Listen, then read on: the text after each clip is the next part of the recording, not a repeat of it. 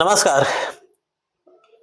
आज मैं वीडियो बना रहा हूं स्पेशली बीजेपी के ऊपर और आप सभी से हाथ जोड़कर रिक्वेस्ट है कि ये वीडियो पर्सनली मैंने जनरल कैटेगरी के बच्चों के लिए बनाई है।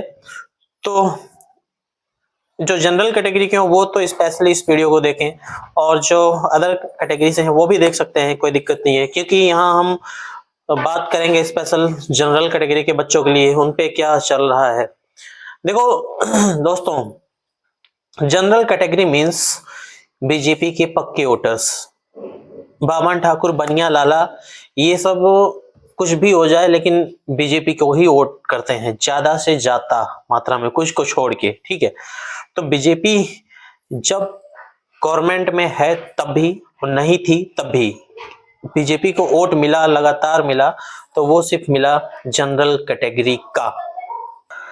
जो पार्टी मतलब बीजेपी कभी हिंदुत्व जोड़ने की बात करती थी, हिंदुत्व के नाम पे चुनाव लड़ती है और जीतती है, अपनी जबरदस्त शानदार वापसी करती है, वही पार्टी बीजेपी पार्टी क्यों हिंदुत्व को तोड़ने वाली बात पे आ चुकी है। डायरेक्टली नहीं, लेकिन जो ये फैसले ले रही है उसमें कहीं न कहीं हिंदुत्व को लड़ाने का काम हो रहा है। लोग अभी तक इल्जाम दूसरी पार्टियों पे लगाते थे कि वो हिंदू मुस्लिम कर रहे हैं, लेकिन यहाँ पे हिंदू हिंदू किया जा रहा है। पूरा मामला देखा जाए तो बीजेपी से जो भी अभी फैसले आ रहे हैं वो कहीं न कहीं चिंताजनक फैसले होते हैं। जैसे अभी देखा जाए तो -40 की कट ऑफ वाला व्यक्ति डॉक्टर की एलिजिबिलिटी ले रहा है।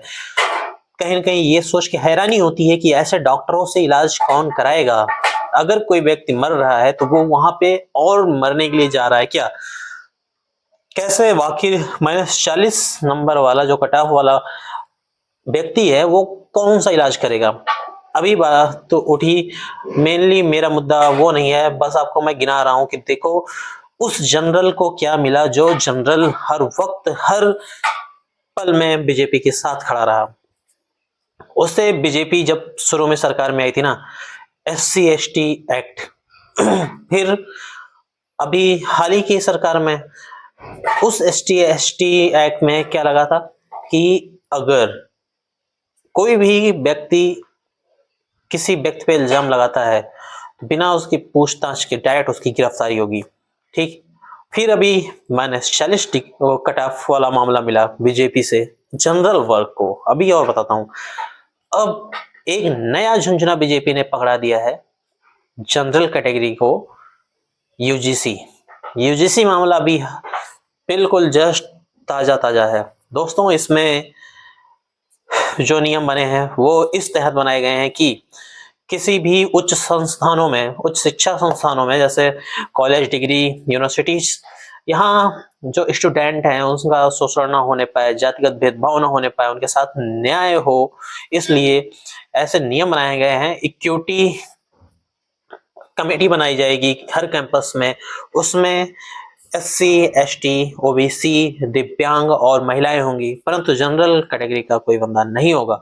फाइनली ये इसलिए बनाया गया है कि अगर किसी ST, SC, OBC, अगर ऐसे लोगों को कोई दिक्कत होती है, कोई उनको जातिगत भेदभाव करता है या और कोई समस्या बनती है, तो इनकी सीधी अपील वो कमेटी सुनेगी, इक्विटी कमेटी, जिसमें इन्हीं के वर्ग के लोग बैठे होंगे और वही फैसला कर रहे होंगे।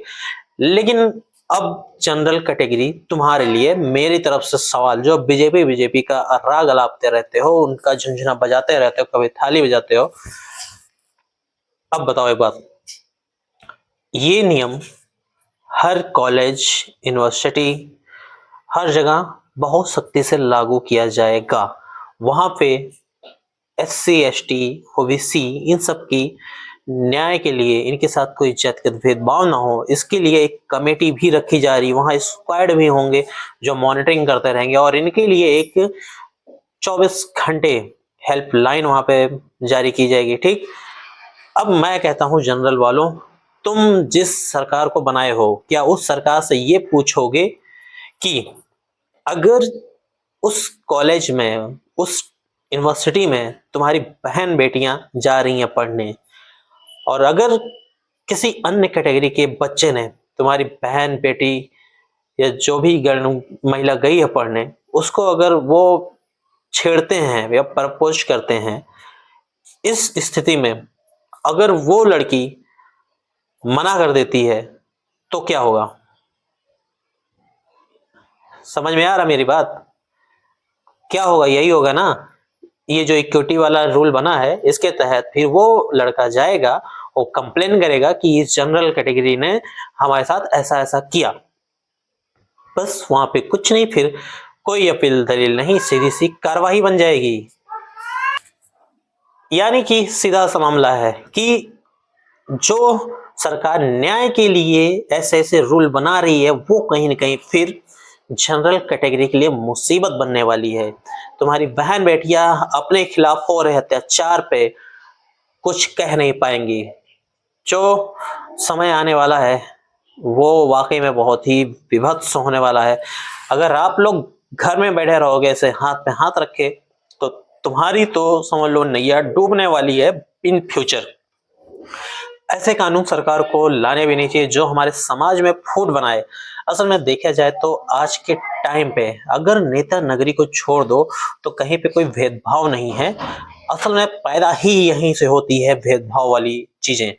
अभी आप किसी कैंपस में जाइए, किसी यूनिवर्सिटीज में जाइए, किसी ऑफिस में जाइए, कहीं समाज में जाइए, तो वहां ये सब मिल के रहते हैं।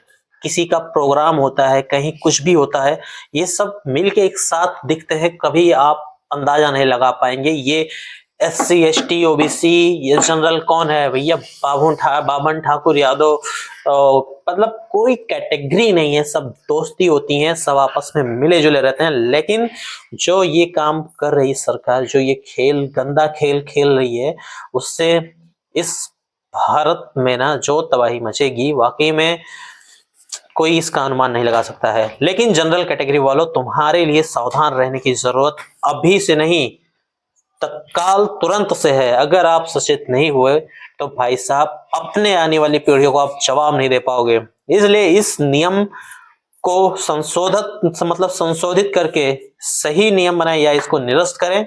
आप सामने आइए, जो हमारे जनरल भाई लोग हैं उस लायक, उस काबिल कि कुछ कर सकते हैं तो वो जरूर करें, नहीं तो फिर कोई सुनने वाला नहीं है। और फिर बीजेपी कोई नया झुंझुना ला के दे देगी, बस तुम बीजेपी करते रहना। अभी के टाइम पे जनरल वोट तुम्हारा बीजेपी को जा रहा है, लेकिन तुम्हारे लिए बीजेपी क्या कर रही है ये तुम्हें सोचना पड़ेगा। और तो जो अपनी अपनी पार्टियों को वोट देते हैं उनके लिए तो वो पार्टियां कर ही करती हैं, लेकिन तुम्हारी उम्मीद कुछ नहीं है बीजेपी से, बस तुम वोट बैंक बन के रह गए हो। अगर वीडियो मेरी किसी को बुरी लगे तो माफ करिएगा, लेकिन जनरल भाई इस वीडियो को इतना फैलाओ, सभी तक पहुंचे, सबकी आंखें खुले। जो एकदम अंधी भक्ति कर रहे हैं बीजेपी की, थोड़ी सी अपने दिमाग की आंखें खोले और सोचे उसके बारे में। तुम्हारी अपनी कोई सरकार अगर नहीं समझ में आती है तो तुम्हारे लिए नोटा दे रखा है।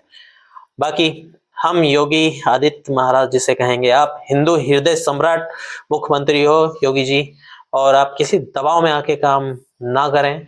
आप कुछ अपनी तरफ से, सरकार की तरफ से, जो बीजेपी के बड़े बड़े नेता हैं उन तक बातें पहुंचाएं। और उम्मीद आपसे यही है मेरे मुख्यमंत्री जी, आपको हम लोग पसंद करते हैं आपकी स्टाइल से, तो आप कुछ ना कुछ सोचेंगे और जनरल कैटेगरी के बच्चों का भविष्य सुरक्षित करेंगे। जय हिंद।